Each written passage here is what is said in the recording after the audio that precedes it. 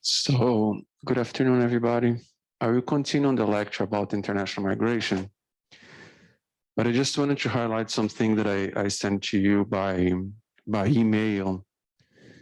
The extra credit assignment is due this Friday, December 10th at 8 p.m. You just have to submit it in Canvas. And as I mentioned, the assignment, you can get up to 5 points, 1.5 points on the question about population issues, 1.5 on fertility and mortality, and 2 points on the topic about migration. I mean, for the university as a whole, it's really good for us to get the feedback from students about the course. What did you think about the course throughout the semester? And that feedback we get on this website, AEFIS, so it's tamu.aefis.net, and you just use your net ID and password.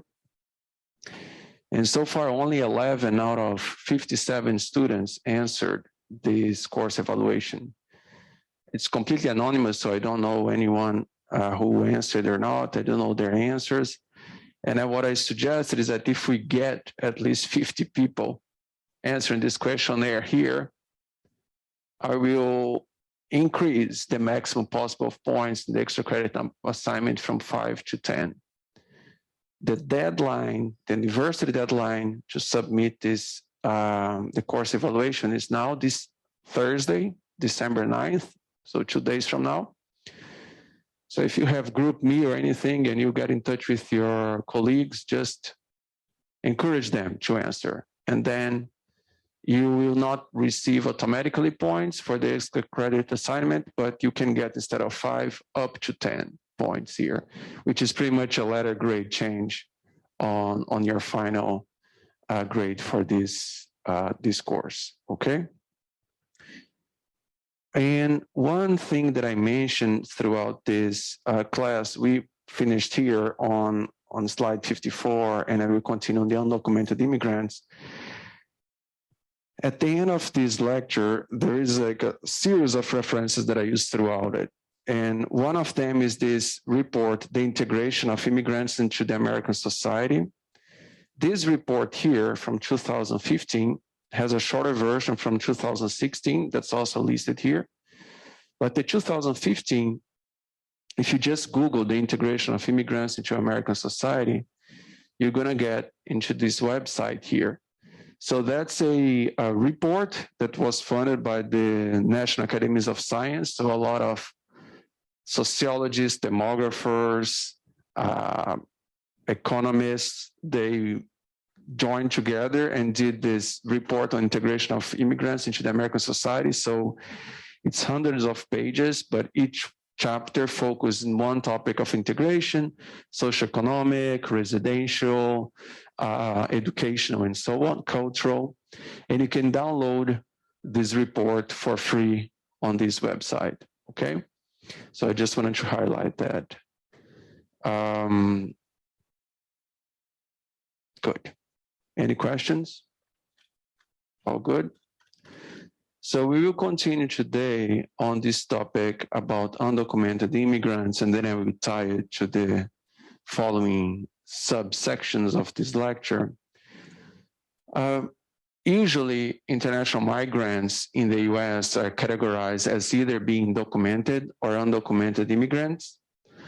An undocumented immigrant, also called unauthorized immigrant, is a person who immigrates into a host country through irregular or extra legal channels. So basically they either enter with a visa, tourist visa, and overstay their visas, or they enter without any sort of visa, any sort of documentation into the host country. So usually we categorize unauthorized immigrants into these two subgroups. You can close this door here. The one that enter with inspection, the ones who are the visa overstayers or visa overstays. So the EWIs, during the process of migrating to the host country, the person avoided inspection by crossing border clandestinely or travel with fraudulent documents. So this could be people that enter the US, for example, from the southern border without any documents and without going through the formal entry points in the southern border, or those who enter with fake documents. And if these overstayers are those migrants who overstay the time limit of a legally obtained non-immigrant temporary visa. Usually those ones are people who enter the US with a tourist visa, and they're allowed to stay between 3 or 6 months, the stamp that they get at the passport control, but then they stay longer. But some of those could be also students who come here for a specific time period, and then after their studies are done, to stay longer without changing that document into an employee basis visa like H-1B visa, okay? And we know that immigrants, as we have seen in the previous points of this lecture, they have been coming to the US for several centuries, several decades already, and they came from different parts of the world throughout time. Millions of foreigners enter the US each day. 14.5 million immigrants were accepted as permanent legal US residents between 1990 and 2005, which is pretty much an average of 1 million immigrants enter the country per year. The recent waves of immigrants have brought greater diversity to the US population. As we saw in a previous table in these slides, Europe was the source of most immigrants throughout the US history. And most immigrants now, they come from Latin America and Asia. And the number of undocumented immigrants start to increase in the 1970s, right? So here you have the trend, the number of immigrants in thousands coming to the US between 1820 and 2005. And in the top here, we just emphasize what are the major sending regions of immigrants from Northern and Western Europe, this phase of immigration called the frontier expansion, and then you start to have the industrialization phase, and most immigrants came from Southern and Eastern Europe, and then the immigration pause, where you have really low levels of immigration, and most of the people entering the US from that time were from Western Europe. And in more recent years, after 1965, you have an increase of immigrants coming from Asia and Latin America. And these are the number of immigrants, legal immigrants in the US throughout these years. And you'll see here that in 1986, you have a huge increase in the number of legal immigrants entering the US, but that's because of the implementation of the Immigration Reform and Control Act of 1986, in which 2.7 million undocumented immigrants into the US, they received legal immigrant status. And usually when we have these immigration reforms, which usually people call comprehensive immigration reforms, usually it's a compromise between Democrats and Republicans, right? So usually Democrats say, okay, let's grant legal status for those that enter the country undocumented. And Republicans will say, okay, let's do that, but let's increase border security from now on in the southern border, right? So whenever people talk about comprehensive immigration reform, so far, that's pretty much this compromise. But this is not really a comprehensive immigration reform, because increasing border security in the southern border of the US, it's not going to block people from entering, as data has been showing. And exactly after 1986, after the implementation of the IRCA, the number of immigrants entering and staying undocumented actually increased after this period. And workers that used to enter the US undocumented and would go back to Latin America after a while. Now, because we have more border security, once they enter, they stay. So what is called a comprehensive immigration reform, it's not really comprehensive because it's not giving, it's not trying to understand the origins and why people keep moving to the US. I participated as a facilitator in discussion about immigration in a student conference that was organized here at A&M, like a SCONA conference. And in that group, I joined with like some undergraduate students here from A&M, and we tried to just like in a couple of meetings, like 1 week, we tried to come up with like some policy solutions for the immigration. Of course, it's all really quick work that we did at that time. And I posted this, this draft that we wrote here on my website. So if you just go here, these are the students, so addressing the nation's immigration crisis. And pretty much here, what we try to emphasize based on previous studies that are more comprehensive. So you can take a look in this policy proposal that the students wrote. And so it's a short proposal here using exactly the same kind of figures that I'm using in my lecture. Is that one way to deal with that is that since people will want to come to the US and because there is a demand for work of these immigrants coming to the US, is to grant some kind of temporary visa for these people, right? But it has to be aware that the temporary visa, these people will afterwards pay in some way the government, right? So we try to think about that in this policy proposal. Of course, now the current federal administration just came up with a lot of suggestions for immigration reform that's going on now. And the Biden administration just did that, passed the House, but it's going to still go to the Senate. But one that they talk is that, right? Granting some kind of legal status for the undocumented immigrants. In this current suggestion, it's not granting citizenship, but is giving them up to 10 years of temporary work visa, right? So this discussion has been going on in the country a lot.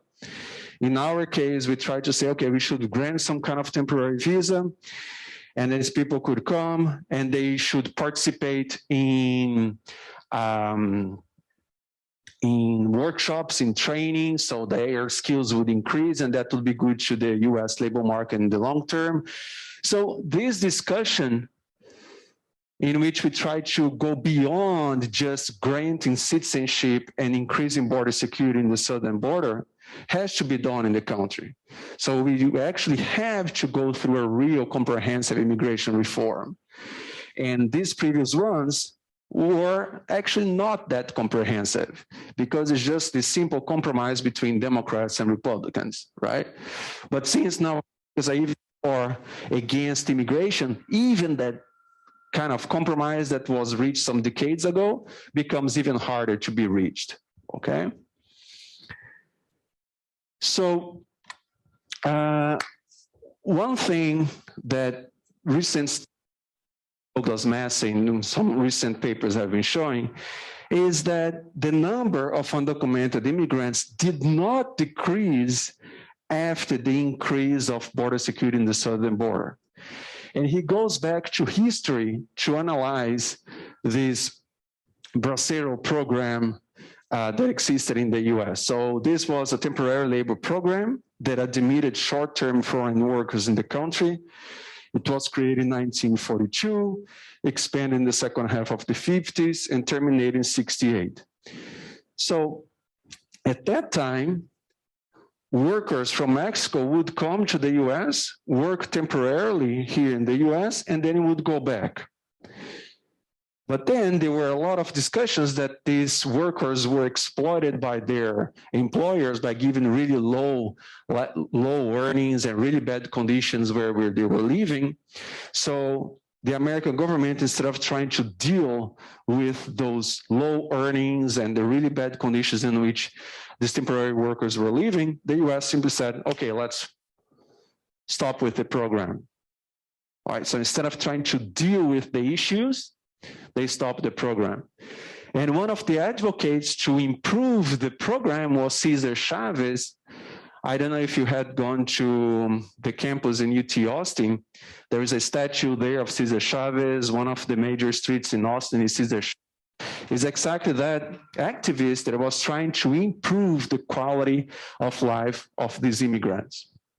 But again, the easy way that the government took, which was not the most intelligent, was instead of improve the program, close the program, terminate the program.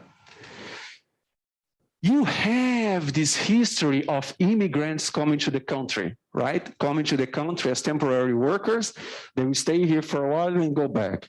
And then suddenly you that program, you terminate that program. That's not gonna make those immigrants stop coming in. They will keep coming in. But now, instead of having the ability of temporary visa, they will enter as undocumented immigrants. So undocumented immigration increased after this period, not because there was an unexpected surge of Mexican migration, but it's because you closed the chance, you terminated the chance of immigrants coming with temporary visas. So the end of this labor program and limitations on the number of available permanent resident visas made it impossible to accommodate the previously established inflows of migrants. So this is pretty much the figure that I used in that policy proposal that I showed you, that the students wrote in the student conference. This is the number of Mexican immigrants coming to the US between 1955 and 1995, divided in three groups: temporary migrants, illegal undocumented immigrants, and legal documented immigrants. And you see that before during the Bracero program, a lot of the workers entering the country would come with temporary migrants. And even before the Bracero program was formally terminated, it started to decrease the number of work possibilities that it would give to immigrants. So the number of temporary immigrants were already declining even before the formal termination of the Bracero program. All this tendency, there was all this trend of people enter the US to work here temporarily, low-paying jobs, usually more agricultural jobs. And because of the end of a policy, that wave is not gonna stop. So these people will keep entering, but now they're documented immigrants, okay? And the overall level of legal immigrants did not change over time. So that's what I said in the previous slide. The overall level of permanent visas being granted did not change so much. Temporary visas or temporary opportunities for migrants actually decline over time. So people start to enter as undocumented immigrants. And when country quotas were imposed, that did not have an impact on the number of undocumented immigrants. When the IRCA implemented in 1986, that decreased suddenly the number of undocumented immigrants, because like I said, a lot of them were granted citizenship, so they are not undocumented immigrants anymore. And this number has been kind of stable over time. And these are the annual numbers of Mexican immigrants entering the US throughout this period. This is the overall number of undocumented immigrant population in the US in millions. So it has been around 11, 12 million in more recent years. The number of unauthorized immigrants, specifically from Mexico, reached 7 million in 2007, then it started to decline. And actually, as I mentioned to you guys before, in these previous years, the net migration between Mexico and the US was actually close to zero or even negative, more Mexicans going back to Mexico than coming to the US.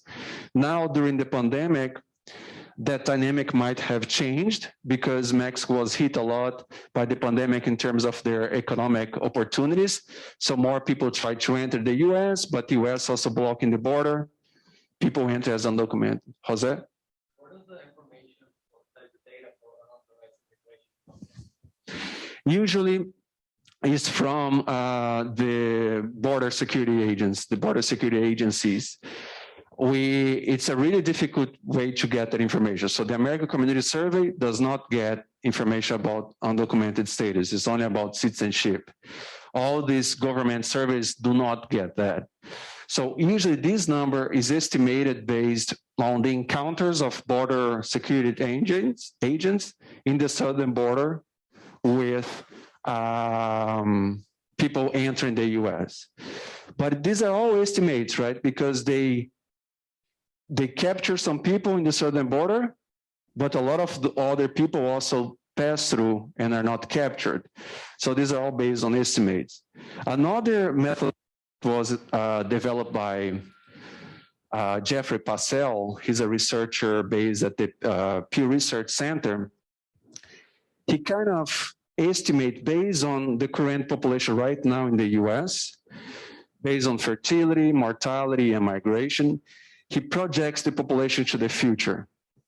And this methodology works at the state level, right? So you can project the population of Texas for the next years, for California, for New York State for the next year. And then, let's say we get data from 1970, and we project the population to 1980, or we get the census from 2010 and project the population to 2020. And then we go there and get the data from 2020 and see what the population is now.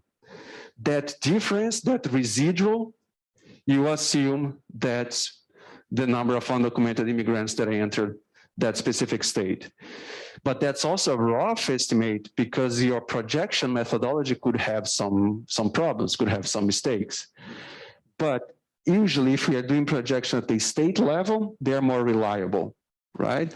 So if you get this census from 2000, project the population to 2010, and then compare your projection to 2010 with the real data in 2010, that difference you expect to be the number of undocumented immigrants that enter the country or the state, right? So there are all these indirect ways to try to capture that. But I agree that's a difficult way to capture, right? Because you don't get that information in a survey, right? People don't answer that information. People are afraid to provide that information, and then the government come after them. Cool? So it's usually either by these border security encounters or through these residual methodologies that compare projections with observed data. This table, I mean, it's already outdated because it's from 2005, but I just like to show it to students to kind of show the overall numbers of documented immigrants coming to the US, new arrivals, adjustment of status, immediate relatives of US citizens, all different categories, refugees, ISOLEs, legal temporary migrants, which includes tourists, and then of unauthorized immigrants that in these specific 3 years here, they were kind of stable around 525,000 for each one of these years. This table for me, it's a really simple way to show why increasing the border security in the South is just a waste of money. If I'm a really conservative guy and I really don't like to pay taxes, and I really don't think the government should make me pay more taxes, and I'm really, really conservative, I want the government to, whatever taxes I pay, they should be used in a smart manner. I should not be pro increasing the border security in the South border. And I get that information from this table. Even if I'm really this conservative person, people entering the southern border are much, much smaller number than people who could become visa overstayers. The visa overstayers are who? People who enter the country with a temporary visa, but overstay their visas. And this number here of people, even if you get a small fraction of them who overstay their visas, is going to be much higher than those guys here, right? So entering the country in an unauthorized way through the southern border, it is more difficult because now you have more border security. But if I get a tourist visa, then I can stay here for longer. And that's another thing that we discussed in the policy proposal that we wrote, that the students wrote in the student conference, is that it was already established by the US some years ago that you should have a better system of tracking tourists entering the country, entering and exiting the country. But that system has not actually been implemented very well because of the lobby of the tourist agencies. Because these tourist agencies don't want to create more paperwork for tourists entering the country, and then that inhibit the government tracking tourists who overstay their visas, right? The tourist industry is interested in what? Money. They don't care if these people will stay here longer or not, right? So all this interest, all this reform of immigration, as I mentioned before, if you want to do a comprehensive immigration reform, the debate has to go deeper. You have to bring together all these different agents and talk in a really clear manner of what all the different interests are. Overall, out of the people who were born outside of the US, in the US in 2005, 39% had some form of permanent or temporary residency, 31% were naturalized US citizens, and 30% were estimated to be undocumented immigrants, around those 11 million people, right? And then this specific part of the lecture, I got it from more recent papers that have been published, and all these papers, I put them available in our course website, right? If you just go to the course website here, extra readings about economic effects of immigration, extra readings about US Census citizenship questions, southern border wall. So all those extra readings, I put them available there in a compressed file. So you can just download them if you want. So 44 million foreign-born people living in the US in 2018. And an estimated number of almost 11 million undocumented immigrants were in the country. And again, estimated based on those limited methodologies that I mentioned. 4.5 million are estimated to be visa overstayers, and around 6 million enter without inspections, the EWIs. The southern border would cost $21 billion. I'm talking about the southern border. We already changed the federal administration because this topic is still being brought up by governors. The governor of Texas is talking about this even now, right? And that was a policy that has been shaping all the debate about immigration. And again, if I'm someone who wants the government to spend the taxes that I pay in the most responsible manner,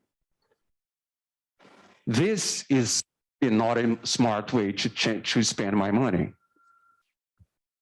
Why would the southern border wall not work, and it would be pretty much all waste of money?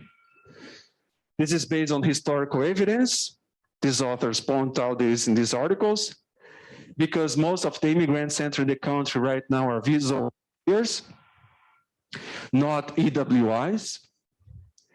Because of selectivity of migration, those stronger and more able to pass through the border security will come, and those that have better socioeconomic status and education levels compared to the host country will come to the US. which is good to the country. Overall, foreign-born people have lower crime rates in opposite way as usually the perception that people have. And those that entered without inspections don't take jobs from locals. And there are several studies that show that from US-born people.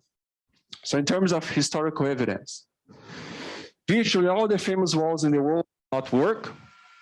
The China's Great Wall took almost 2,000 years to build at a cost of hundreds of thousands of lives. And China did not keep foreigners out of their territory. In all these different points, China was invaded by other people, and they were ruled by,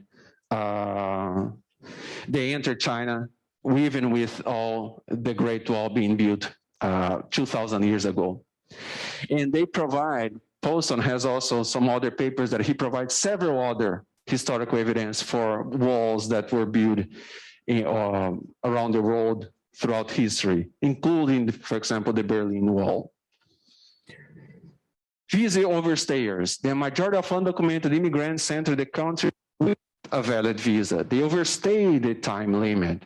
They don't come through the southern border. This is what I mentioned before. A biometric entry-exit system would monitor people entering and exiting the US. It would reduce the number of visa overstayers. Actually, the Congress mandated an electronic entry-exit system more than 20 years ago. There is all that system of when you enter the US, you have to show your visa and everything. But when you exit, the system is not so integrated with the entrance system. It has not been implemented. Why? Because of objections from the tourist industry and other groups that want to facilitate tourism to the US. Selectivity of migrants. Some authors mention the exceptional America. People who come here tend to have a better socioeconomic, educational skills than others left behind. International migrants are heavily self-selected in the US.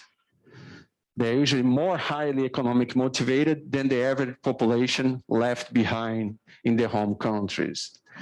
So actually people will keep coming and they have better skills than the ones left behind. So they will pass through the southern border, even with the increases in this in border security. Only the strongest and most advantaged people attempt crossing the southern border. Will make the journey to the US more dangerous. Many migrants will fail, but eventually most will succeed. A wall will immigrants to settle and stay in the US and not return to their home countries. This paper here is interesting because it kind of shows that immigrants before, when there was not so much border security, they would come, work for a while, and then go back, what are usually called the migrant workers, temporary workers. But since border security increases, once they enter, they stay. And they don't come by themselves anymore, they come with their whole family. And they don't stay only in the southern border, the southern states. They spread all over the US. So the policy of increasing border security has the opposite effect, right? And so that's exactly what I summarized here from these papers by Douglas Mass and colleagues. This increase in border enforcement after 1986 was a massive policy intervention. It was undertaken for domestic political purpose, not based on any scientific analysis. It was not based on any analysis about what are the forces influencing migration. Politicians, its bureaucrats continue to call for more border security, for more border enforcement. However, the data shows that since 2008, net undocumented migration has been zero or just think, when we are pro-spending money for the military, whenever we are pro-spending money in the southern border, is that really a concern about security? Is that really a concern about decreasing the number of undocumented immigrants in the country? But the data shows that these numbers are not increasing that much. Someone is getting that money from the government. The contractors, some industry is getting that money, and it's a lot of money, right? So the debate has to go deeper. Who is benefiting from the implementation of these huge policies that put so much money to the border? This money is not going to the government, it's from the government to private companies, right? Policies are not based on evidence. Even when policies respond to changes on immigration, they are usually not based on understanding the driving forces of international migration. These policies are usually shaped by economic circumstances, political ideologies, as has been really clear in the US since 2016. Even before, but 2016, the presidential election, that was really clear. And it's the significance of immigrants presented by the media, politicians, and certain legislators.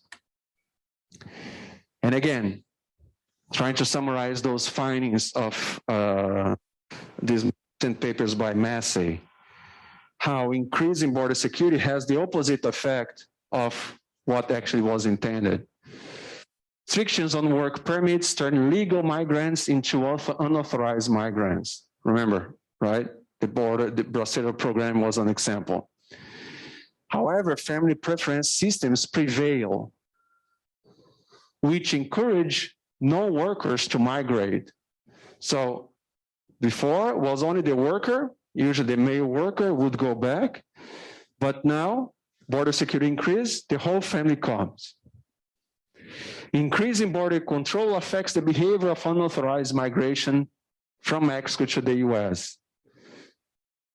The border enforcement discouraged the previous circularity of migration that we had. Undocumented immigrants, once they entered, they're encouraged to stay. From a circular flow of male workers going to 3 states, now you have 11 million people living in settled families, the whole family moving in throughout the whole nation. Increasing border security is more expensive for people to enter from Mexico to the US. They have to pay, they have to try several times. They have to pay more fees to coyotes. It's higher the chances of dying, all that. But the overall number of people who enter will not decrease. You will just change the way that it was, right? So, and even if with this data, some people are still pro increasing border control, border security in the southern border, it is because some of this money going from the government to private companies is benefiting specific groups that they are working for. Because that would not be smart to do for any other reason, right? And in this kind of discourse, we have to stop being naive and just discussing the surface. We have to go deeper. So this is the overall share of unauthorized immigrants for each one of the states in the US. So the overall levels of immigrants, the highest percentage of undocumented immigrants considering the population in each state are the light gray states, high undocumented between 35 and 45%, the dark gray states. The light gray, between 45 and 80% of the population in those states are foreign born. Light blue, 25 to 35% of the population in those states are foreign born, and dark blue, lowest levels of, sorry. The numerator here, the numerator is undocumented immigrants. The denominator is not the population of the state. The denominator is foreign-born population. Numerator, undocumented immigrants. Denominator, foreign-born people, right? So the light gray here are states with between 45 and 80% of foreign-born people. In those states, they are undocumented. In Texas, between 35 and 45% of the foreign-born population is undocumented. A lower percentage of undocumented immigrants you see in the light blue, and the lowest percent of undocumented immigrants divided by the number of foreign people are the dark blue, okay? So the denominator here is the foreign-born population, those born outside of the US. The numerator is the number of unauthorized immigrants. But pretty much showing that you have unauthorized immigrants all over the US, all over the different states in the country. Okay, I'm concerned about immigrants entering the country because they bring crimes and drugs. Since we are in the university, we care about data. So let's look at data, right? Foreign-born people have lower crime rates than do US-born people. Most illicit drugs don't enter the US via those that enter without permission. Most drugs smuggled into the US do not arrive in the backpack of those that cross undocumented. In 2015, the US Drug Enforcement Administration reported that Mexican drug cartels bring most drugs over the southern border through those ports of entry, the ones that we see on those movies on TV. Those ports of entry have those huge lines of trucks and cars. And even with all the check of cars, the drugs they enter in trucks, passenger vehicles, and tractor trailers, right? Again, this is another estimation. It's just because people who enter undocumented with backpack, even if they had drugs in their backpack, that would not be the explanation of all the drugs that enter the US, right? You have a little bit more space to put more drugs to bring to the US than a backpack. Crime data versus public discourse. Legal documented international migrants to the US are less likely to commit serious crimes and to be imprisoned compared to US-born population.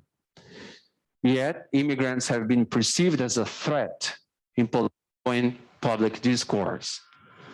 So the media, some politicians, usually always report immigrants being a threat, although their crime rates, chances of committing crimes are lower than US-born people. So here we have the crime rate for people between 12 and 24 years of age. And this is the prevalence of each group involved in at least one crime in the previous 12 months.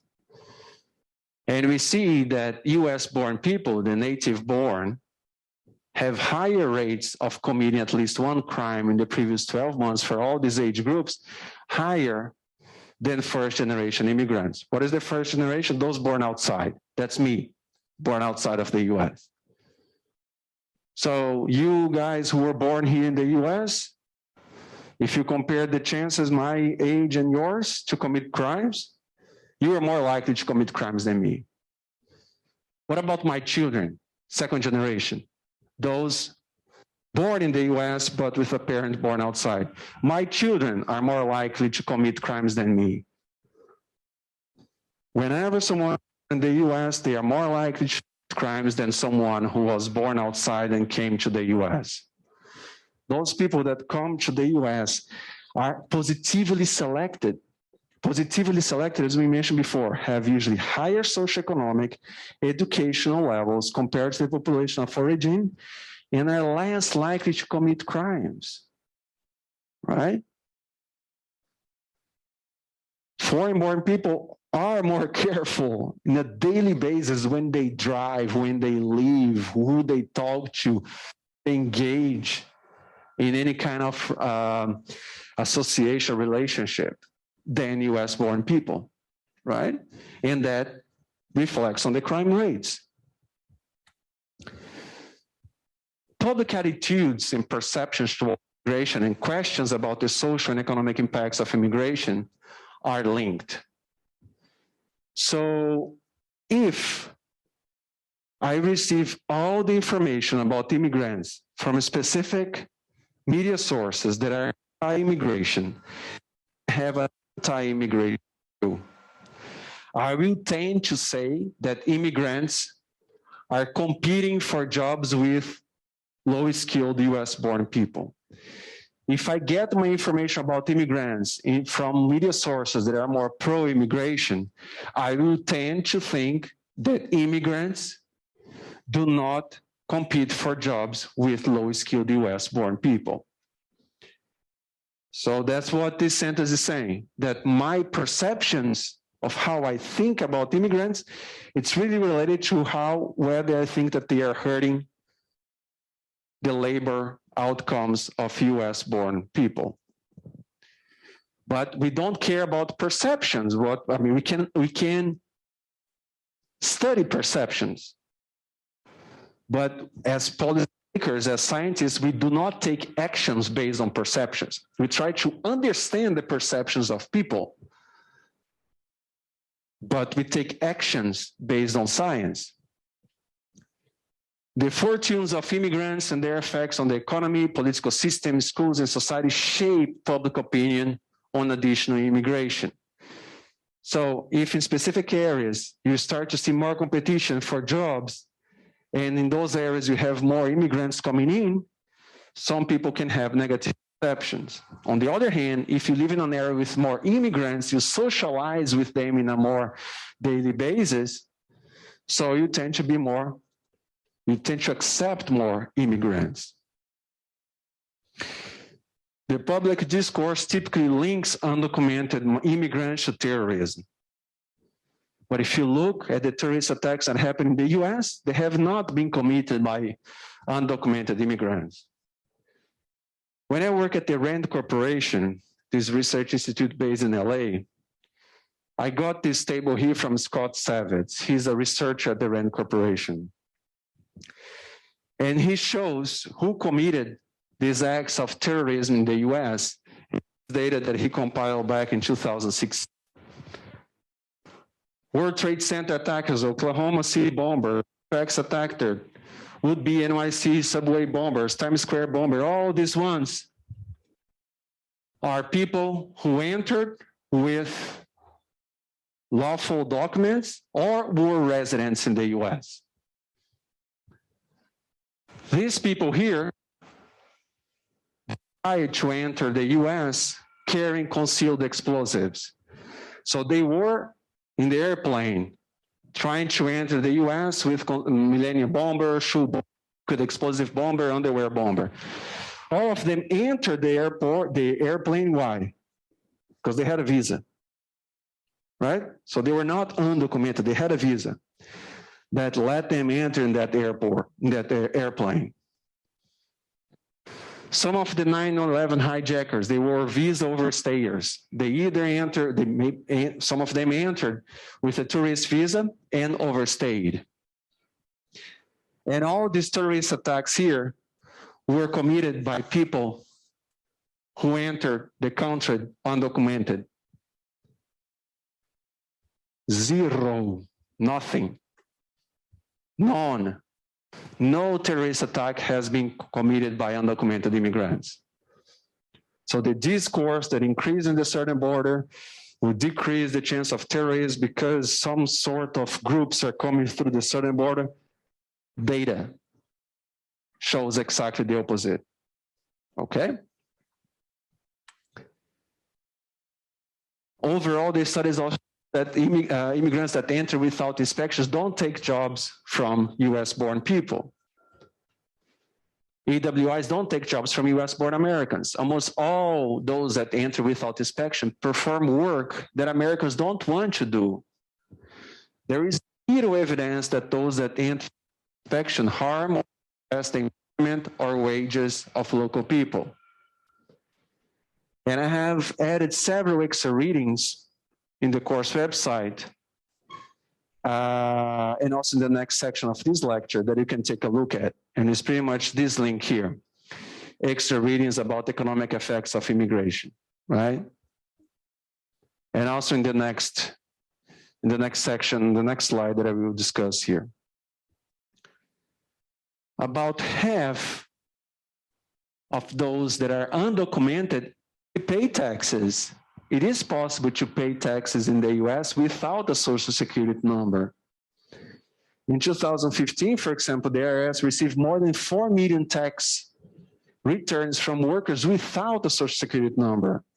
They had a tax identification number. And many of them are estimated to be undocumented immigrants, those that enter without inspection. They paid almost 24 billion in income taxes. And they don't get any of it back in Social Security, in Medicare payments, nothing. They are not eligible to a series of different fellowships that universities provide, that institutions provide. So they are paying, and they are not getting back what permanent residents are eligible to.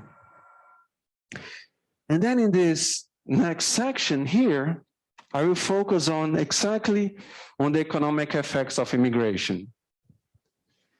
Immigration raises concerns that the US-born workers might experience negative impacts on their earnings.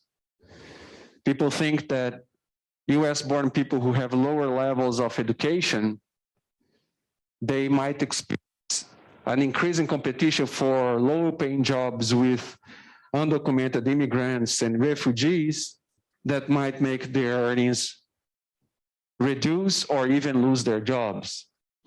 So a major question, does an increase in labor supply due to immigration have negative effects on labor outcomes of competing low-skilled workers? There is not, I mean, the debate is still open. I'm gonna show here most of the results of documents that show that there is no negative effect. But in that report that I just mentioned to you in the website, the one that was from the National Academy of Science, and that's the link that I showed you, mentioned that there are no definitive answers because numerous concurrent effects are related to economic outcomes. So it's hard to know exactly if immigration impacted earnings because earnings also affect immigration, right? But there are some studies that try to deal with that reverse causality. And I'm going to show you here. There are different results. Some people showed immigration had a negative effect on the labor outcomes of US-born people, and others that show that that did not happen. Jorge Borges is a professor in Harvard, and in his studies, he pretty much says that immigration reduced the wage and the labor supply of competing native workers. So immigration of low-skilled workers affect the earnings of low-skilled US-born. His main finding shows that wages of natives decreased by almost 4% when there was a 10% increase in the labor supply of immigrants. In this book here in 2016, we wanted workers, it was said by the previous administration as the evidence that immigration has negative effects on the earnings of born people. But what do other studies show? Show that immigration had a small effect on the wages of native workers, those that had no high school degree between 1990 and 2006. Actually, immigration had a small positive effect on the average native wages because immigrants tend to get low-paying jobs, and then US-born people move up to get all the better paying. But immigration had a substantial negative effect on the wages of previous immigrants in the long term. So in this analysis here, new waves of immigrants are affecting the earnings of previous waves of immigrants. So it's pretty much immigrants competing with immigrants. Why do we have different results? Even sometimes when you're using the same data. David Card, also another economist, he mentions that depending on the methodology that they use, they will get different results. For example, in terms of the assumption about immigrants, in terms of increasing the demand for more production in the labor market, if studies consider that companies not invest more capital, if you have immigrants coming, and they will only compete for the existing jobs, and the employers will not invest more money, then you might see negative effects of immigration labor market outcomes because the jobs will be the same. But what about if we go a little bit more real, and if studies consider that companies will adjust production for the increase in demand? When immigrants come to the country, they will not only be looking for jobs, they will also be consuming. They will look for food, they will look for a place to live, they will buy cars, they will buy other goods. So what employers do in that case, there is an increase in demand, they will invest more, you increase their firms, they will increase jobs. By increasing jobs, that actually will provide more jobs to everybody. If we have this assumption and we go and put that into our analysis, the effects of immigration is approximately zero on the wages of US-born people. If you compare people dividing them in 4 different groups: high school dropouts, those with high school degrees, some college and college. If you divide the population this, the immigrant dropouts, those without high school, lowered wages of US-born high school dropouts. But in reality, in the labor market, when employers are hiring people, they much want to know if you have a high school diploma or equivalent, and you have a college degree or equivalent. And if you divide your analysis between these 2 groups, earnings have not been affected by immigration. So it's much more a matter of methodology.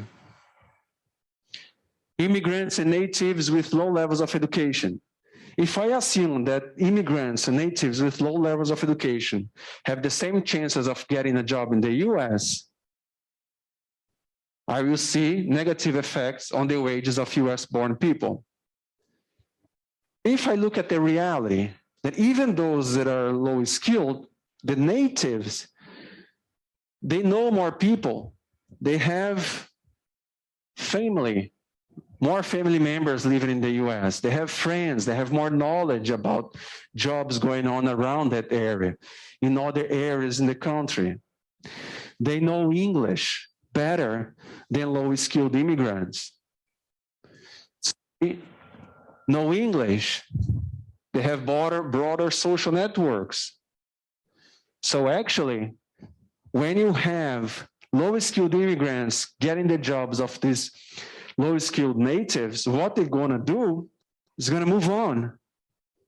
They will get better paying jobs because they know English better. They have more information about other job opportunities. Maybe in the short term, they might lose the job, but in the mid-long term, they will have an improvement on earnings and in the jobs that they're working for. This is an overall graph showing how the long-term fiscal impact of one immigrant. Here, those with not high school, they have a negative effect, the immigrants, on the fiscal impact in the country. It tends to be positive, so these are the second generation. And this graph is pretty much saying that as you increase education of immigrants, they tend to contribute more to the country, right? They tend to contribute more in terms of paying taxes and so on than with lower levels of education. And this data is from 2006. Natives experience occupational upgrade and specialization. So, like I just said, when you have low-skilled immigrants competing for the jobs, the native workers, they're also low-skilled, they know English and have broader social networks, they will get better occupations. While immigrants tend to concentrate on manual jobs due to language and cultural limitations, native leaves their previous occupations to work on more complex jobs. And these are all different studies cited here and available in the course website.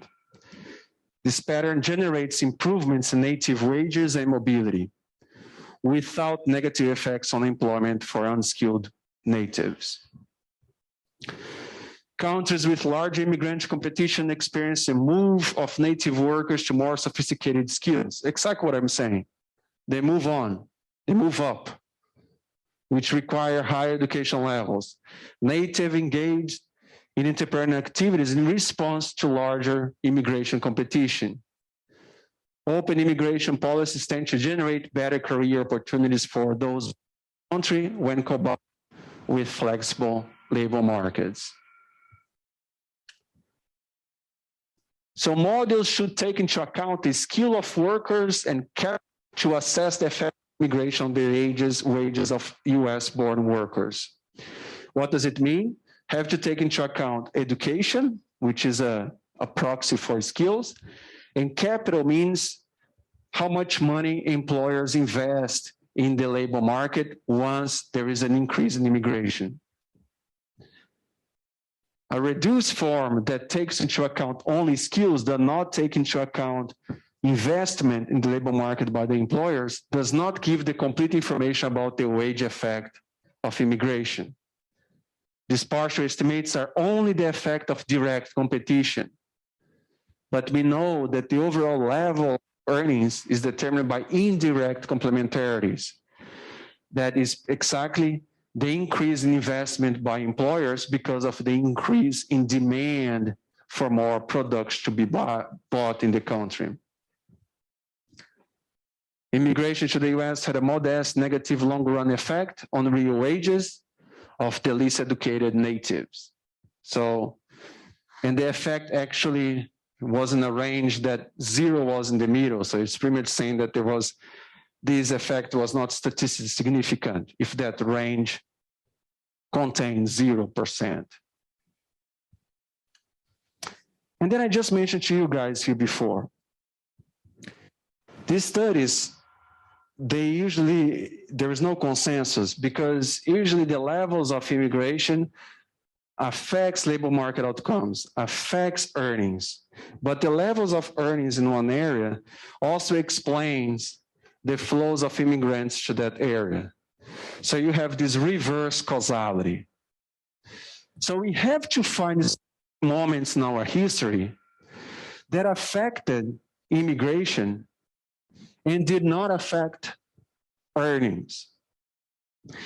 And this Mariel boat lift event is exactly one of those moments. When you have this sudden change in a specific social indicator, in this case, immigration, that was unexpected, you call usually this a natural experiment.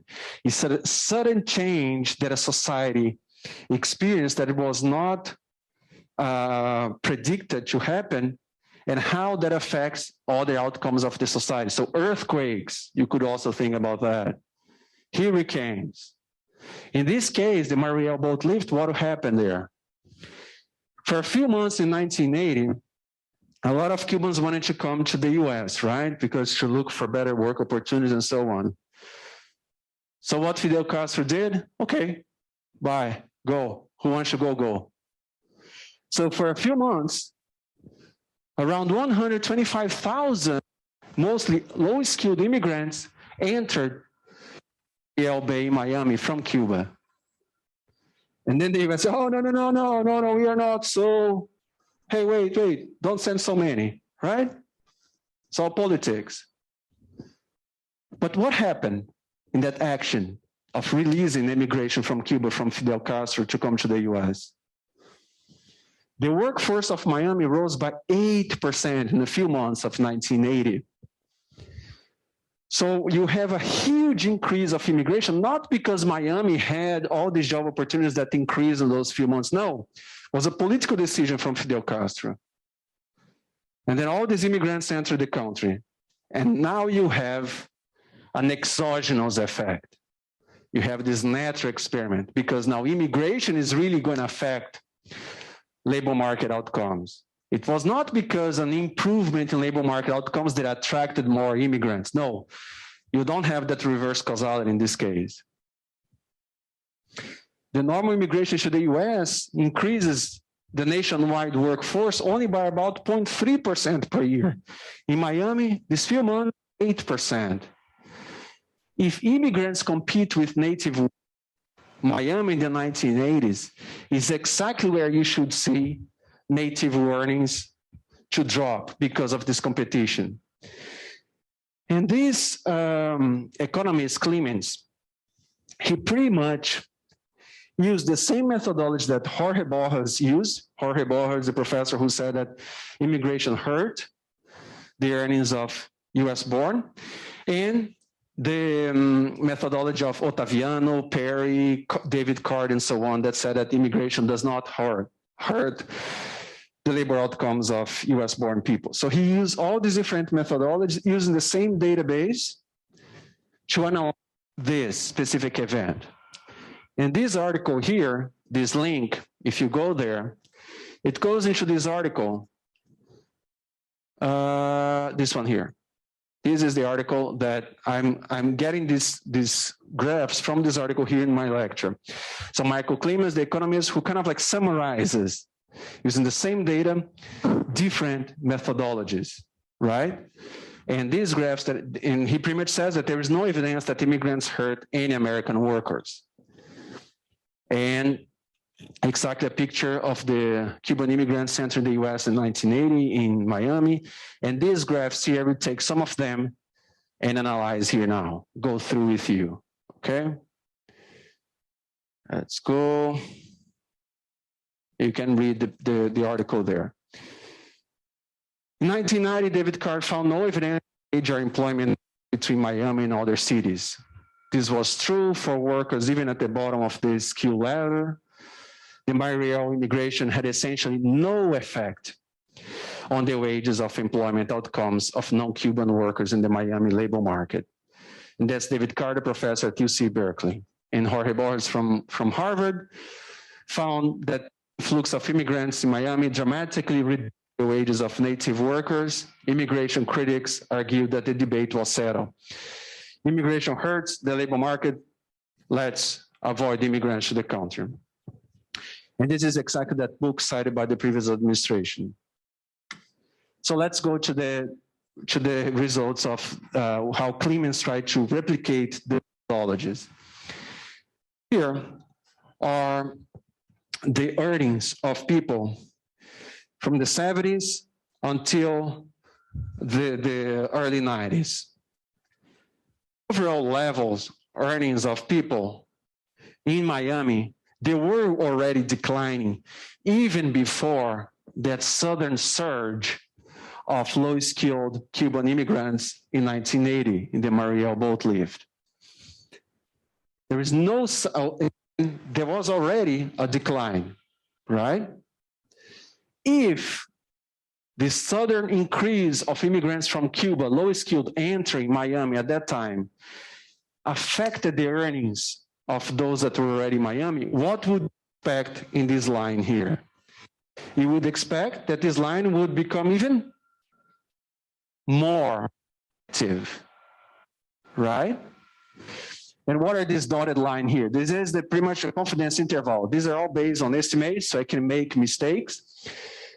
My overall trend is the red line here. Can be a little bit more or less because I'm using survey data. Expect, but no sign of a dip in low-skilled Miami wages after the huge arrival of low-skilled Cubans in the 1980s. Actually, the opposite, an improvement. And the lower level estimates here in the confidence level, the confidence interval, actually are significant. They are above the previous trend. They are not touching the previous trend.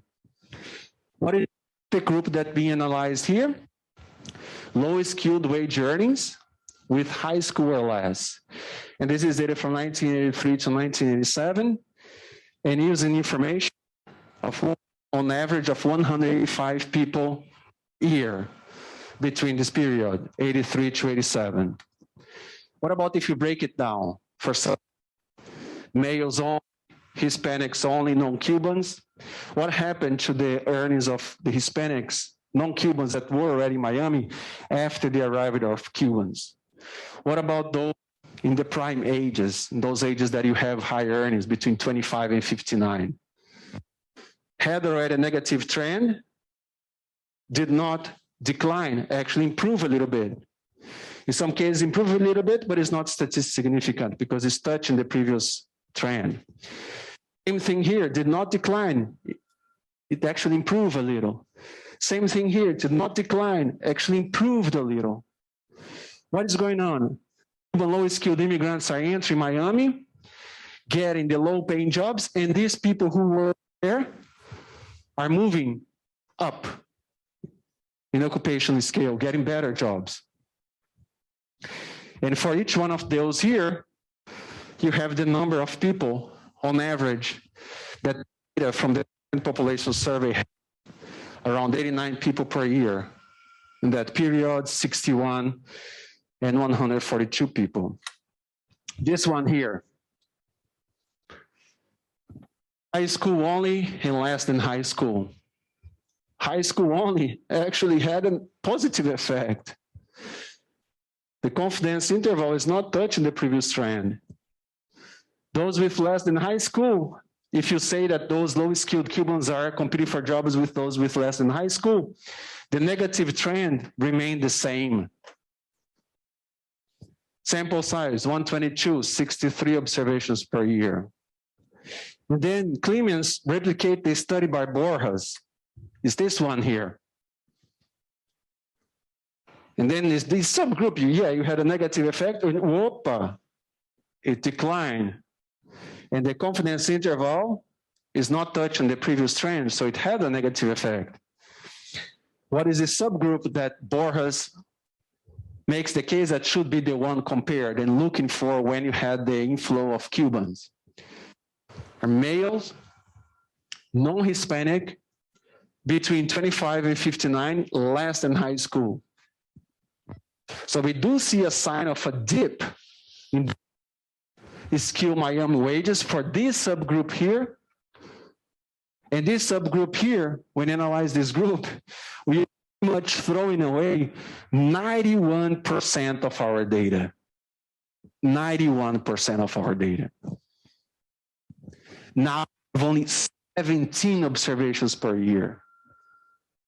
Any reasonable statistician will say that you need at least 20, 30 observations randomly selected from your population to have a serious analysis. And that's a crazy that he does that. And the point here is that going to a specific group, yeah, have a negative effect, but this negative effect might not be the effect of Cuban immigrants, might be an effect due to the really small sample size that you're analyzing. And the other researchers point that about Borjas. And Borjas said, no, those groups that you analyze are not really the ones competing for jobs with Cubans. This is the subgroup competing for jobs with Cubans. And that's what we should analyze. Okay, but not use this data. Okay?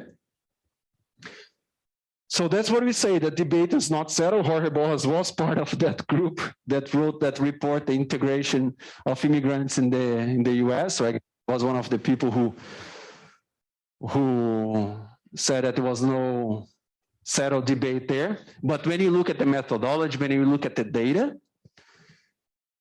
you see how these analyses can be really biased depending on the methods that you use. And I showed you all those topics that David Carr pointed. And really clear for us. So The topic of the exam, the final exam, we just go up to here. I will not include this part here about simulation of US point system.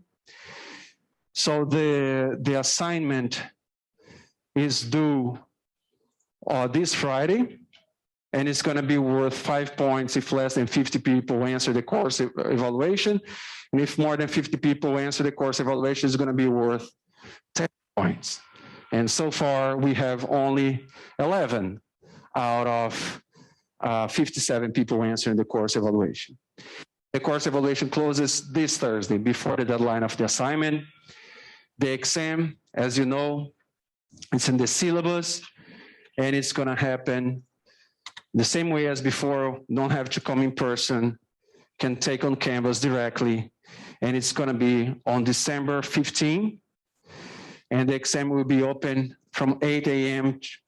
to 8 p.m. Once you open, you have 2 hours and 30 minutes to answer, so it's more time than what you had to answer the previous exams, and the same 40 questions as before. And it's going to be the material covered between on lectures 24 to 28, and you can just check, if you don't have in your notes, you can just check in on the YouTube channel what exactly I covered on these days, okay? Thank you very much. It was great teaching this course once again, and I hope you guys do a well assignment, study well for the final exam, and have Merry Christmas and Happy New Year. Thank you very much.